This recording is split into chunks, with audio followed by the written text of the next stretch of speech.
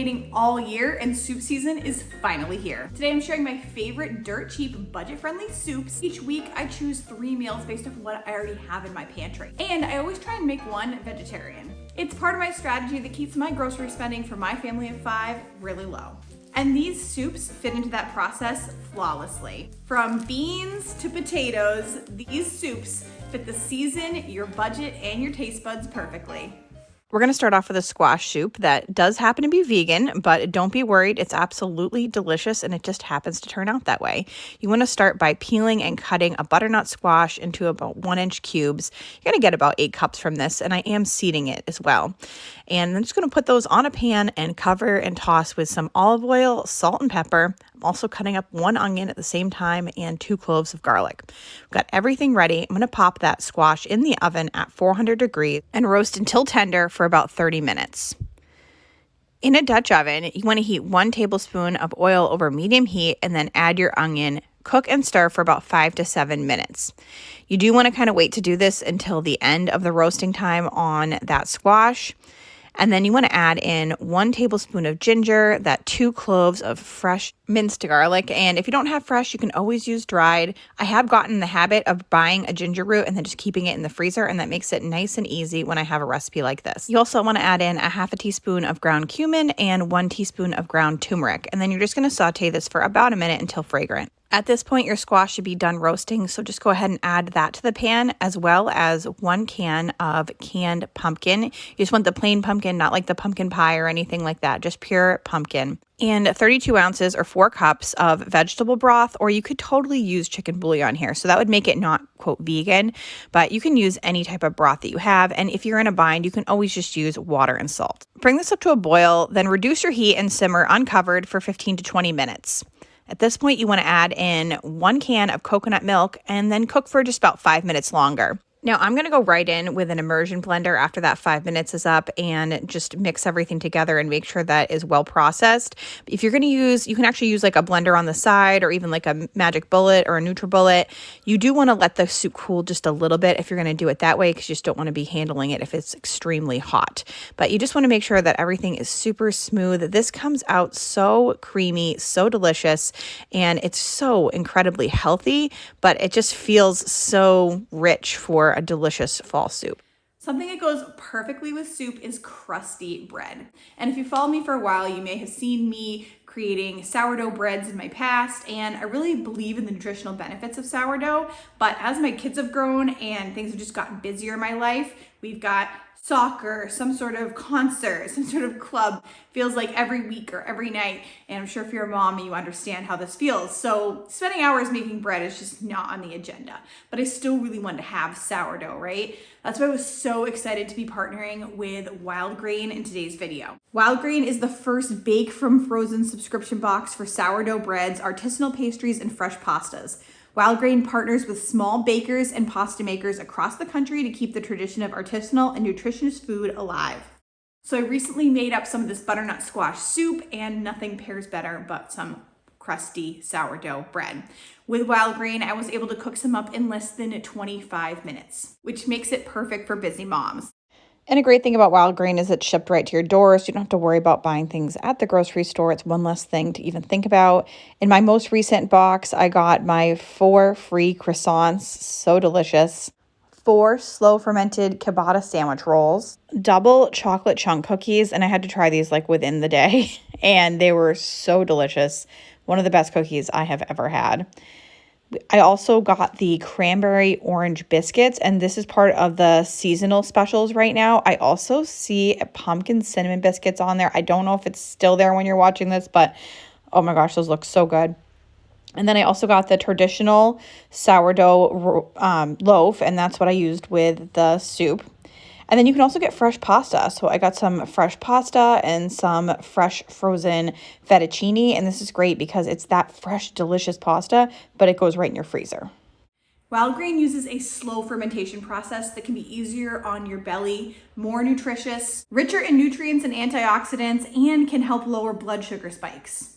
Wild Grain also gives back, which is always really important to me. So for every new member, they give 4 meals to the Greater Boston Food Bank. So to check out Wild Grain for yourself, be sure to click the link in the description box and use my code Meals with Maria. That's Meals with Maria with no spaces to get $30 off your first box.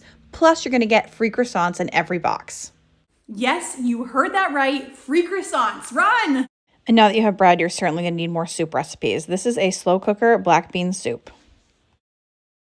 And we need 1 medium bell pepper, cored, seeded, and diced. And I did not have a red bell pepper, but I did have a green one. And I knew that I was going to make another recipe the next day, and that also required a green pepper, and I only had 1. So we just split the green pepper in half. It still tasted delicious. Both meals were absolutely fine with half the green pepper. It was plenty of pepper, plenty of flavor. Even like in my family, I don't love peppers, so they were not missing it by any means, but it did add the right flavor. So, I mean, use what you have. Sometimes even if I can get like one of those little containers of roasted red peppers from the Dollar Tree, I will use that in a recipe like this. You don't always need all of the ingredients, or sometimes you can cut things down and you still get all of the good flavor. So yeah, just slice up your green pepper.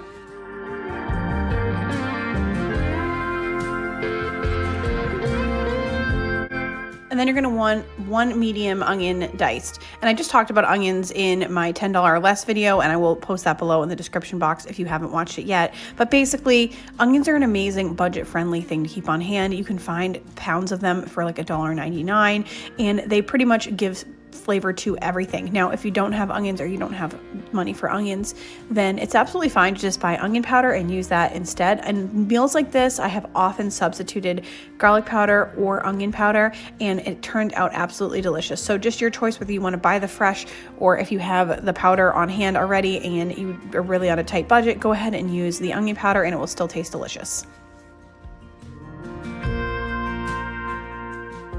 What I like about this recipe is it really is a true chop, dump, and go. A lot of times when you have onions and peppers, you do need to cook those prior to putting them in the crock pot, but in this case you do not. To the onions and peppers, I'm adding 2 bay leaves and then 1 pound of uncooked black beans. Now, I know you're supposed to wash them, and I always forget, and it always turns out fine. So, you know, to each their own. Spices, add 1.5 tablespoons of chili powder, 1 tablespoon of ground cumin, and 2 teaspoons of kosher salt. And you're also going to want 3 cloves of minced garlic. Similar to the onion, if you have garlic powder instead, you can use that as a substitute, probably about 1/2 teaspoon per clove. And then I happen to have vegetable stock on hand, so I decided to use that. I used 32 ounces of that, and then I added another 16 ounces of water and 2 teaspoons of chicken bouillon to this. So if you have chicken bouillon, that is always a great budget alternative to a stock, or you can save your vegetable pieces, save your meat pieces, and make stock on your own. Another alternative is always just water and salt. It does work. You want to cook this on low for 8 to 10 hours. There's not really a high cooking alternative here because these are dried beans and they need a lot of time to sit and get cooked. But as you can see, they cooked up perfectly in about 8 hours. So it does take a while, but you get a lot. And you saw how much water I added there, like it seemed really soupy. It does not end up being a very soupy soup. There is just a lot of beans in this, and that's not a bad thing. It's very hearty, it's very filling, and it is absolutely delicious. Like, my husband was so shocked. He said, "This is really flavorful. Wow, thank you." Like, really surprised by how delicious a black bean soup could be. And I served it with a little bit of Greek yogurt because that's what I have, but you can use sour cream, some cilantro, and cheddar cheese. And I cooked up some Jiffy cornbread for real cheap. And this was our dinner. Even the kids liked it. Next recipe is called Easy Rosemary Garlic and White Bean Soup. So you just want to you're going to need 3 cans of Great Northern beans. We're going to take one of those cans and blend it up with all of the juices that are in the can. So you do not want to drain that. I'm just using my NutriBullet to do this, but you can use like a regular blender, or even if you didn't have something like that, you can just mash them around. Obviously, the puree is going to make it thicker and give you a better flavor, but I think this would still taste very, very good if you just mashed up some of your beans, and that would be just fine. So once those are pureed, you can just get started over on the stove. I'm just putting a couple tablespoons of olive oil in a small pot. So put some oil in the bottom of a pan with 4 cloves of minced garlic and saute that for about a minute until fragrant. Then you want to add your pureed cannellini beans And then you have 2 other cans of beans. Now, I actually only had 1, so I just worked with what I had, and I drained 1 can of beans and I added that right to my soup. It would have been a little heartier had I had a second can of beans, but the one was also just fine and the flavor was still there. That is the key. All about the flavor and all about the taste. You want to add 2 cups of vegetable broth, or I'm using chicken bouillon, so whatever you have. And then we're going to add some spices. We're going to use a half a teaspoon of dried rosemary and a quarter teaspoon of dried thyme and a pinch of crushed red pepper. And since I was just eating this and I was not going to serve it to the kids, I was going in there with the red pepper because I like a little spice. And then you want to add fresh cracked black pepper if you'd like to taste. And we're almost done. And this has been fast, right? You just want to place the lid on the pot, turn the heat up to medium-high, and bring it to a boil. And then once it's boiling, you want to turn the heat down to medium-low, take that lid off, and allow it to simmer for 15 minutes. And here is the final product. Wow, this was such a good lunch. It's so delicious. It's insanely cheap. So today we're just gonna make up a simple chicken and corn chowder. You wanna start by chopping up a half an onion, but as I always say, if you don't have that, you can just use a tablespoon of, or maybe like a teaspoon of onion powder once you get things started on the stove. We're also gonna need 2 stalks of chopped celery and 2 cloves of minced garlic. Again, if you don't have them, you know what? If you don't have celery, don't put it in. I like to buy celery on sale, actually dice it up and then put it in the freezer, and then you have it anytime you need it. So that's just a good little tip there. And then the same thing, garlic's super cheap, so I always recommend buying a ball, but the grocery store, it's like 50 cents. But if you don't have fresh, you can always use garlic powder, again, about a teaspoon.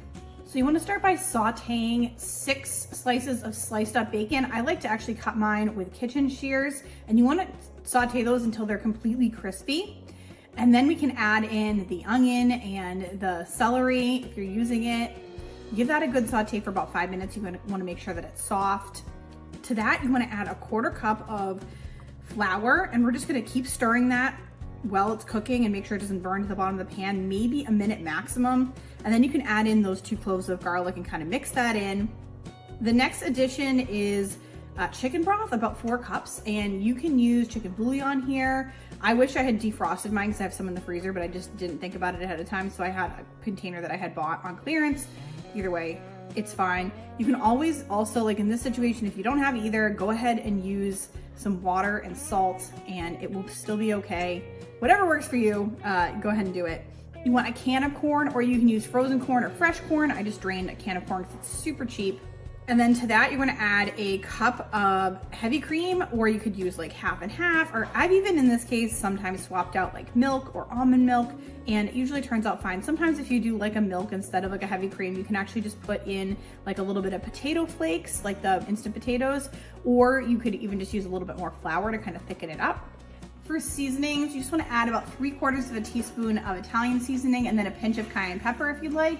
And then you want to peel and cut, which I didn't get on camera, but 3 russet potatoes and put those in there as well. And we're going to bring this up to a boil, and then we're going to turn it down to low, cover it just like kind of halfway covered, and cook this for 15 to 20 minutes until those potatoes are fully cooked through. This soup comes out absolutely incredible. My husband, who is not a canned chicken fan, had 0 idea that there was canned chicken in this. And it was really hearty as far as like the amount of chicken, the potatoes, everything. Soup. And speaking of soup that goes very well with these delicious biscuits, we have pumpkin soup as the first meal. You want to start by dicing 1/2 of one of our onions. Then you want to heat about 3 tablespoons of butter in a large pot and add in those onions. If you don't have butter, that's totally fine. You could use like oil or olive oil, anything that you have that's a fat. Give that a good stir and cook those down for a little bit, and then you're going to add in about a tablespoon sprinkle of the baking mix. And the reason for this is we're going to kind of create a roux to make it a little bit thicker. If we had heavy cream, we wouldn't need to do this, so I'm just doing this as kind of a thickening agent because we're going to be using milk instead of cream in this dish. Then we're going to put in some spices. If you have fresh garlic, you can use that, but I'm using a teaspoon of garlic powder, a tablespoon of light brown sugar, a 1/2 teaspoon of ground cinnamon, and a 1/4 teaspoon of white pepper, and a 1/4 teaspoon of ground nutmeg. So I want to make sure that all of that is mixed together and kind of coats those onions. Then we're going to add in 1 15-ounce can of pumpkin puree. So I have my really large can, so I'm just using about half of that. And then I'm just adding in 3 cups of water. You could definitely use the chicken broth, or if you had vegetable broth or something like that here. I didn't find that it was super necessary to use it in this soup, and I wanted to save it for some other things, so I decided just to use the water, and that was just fine. You also want to add in a teaspoon of salt and then bring it up to a boil and then reduce the heat to low and simmer for 20 minutes. Then you want to slowly stir in a half a cup of milk, then let the soup cool for a few minutes and remove it from the heat. And then you can either transfer the soup to a blender, or you can use an immersion blender, which is what I have, and you can puree that until smooth. So basically you want to make sure that all of those onions and everything gets pureed right into the soup. So whatever way you want to do that, you could use like a NutriBullet, you could use a full-on blender, you could even use a food processor, or like I'm using an immersion blender, which I absolutely love, and I do have one down in my Amazon store in the description box if you're interested in getting one. This is amazing for soups. And that is it. This is about 5 servings, so this is the perfect for one night for my family, so not like a multiple day meal, but so belly warming and so delicious with You can those find all biscuits. these recipes and more in my free Soups On ebook. You can find that down in the description box. Someone like you.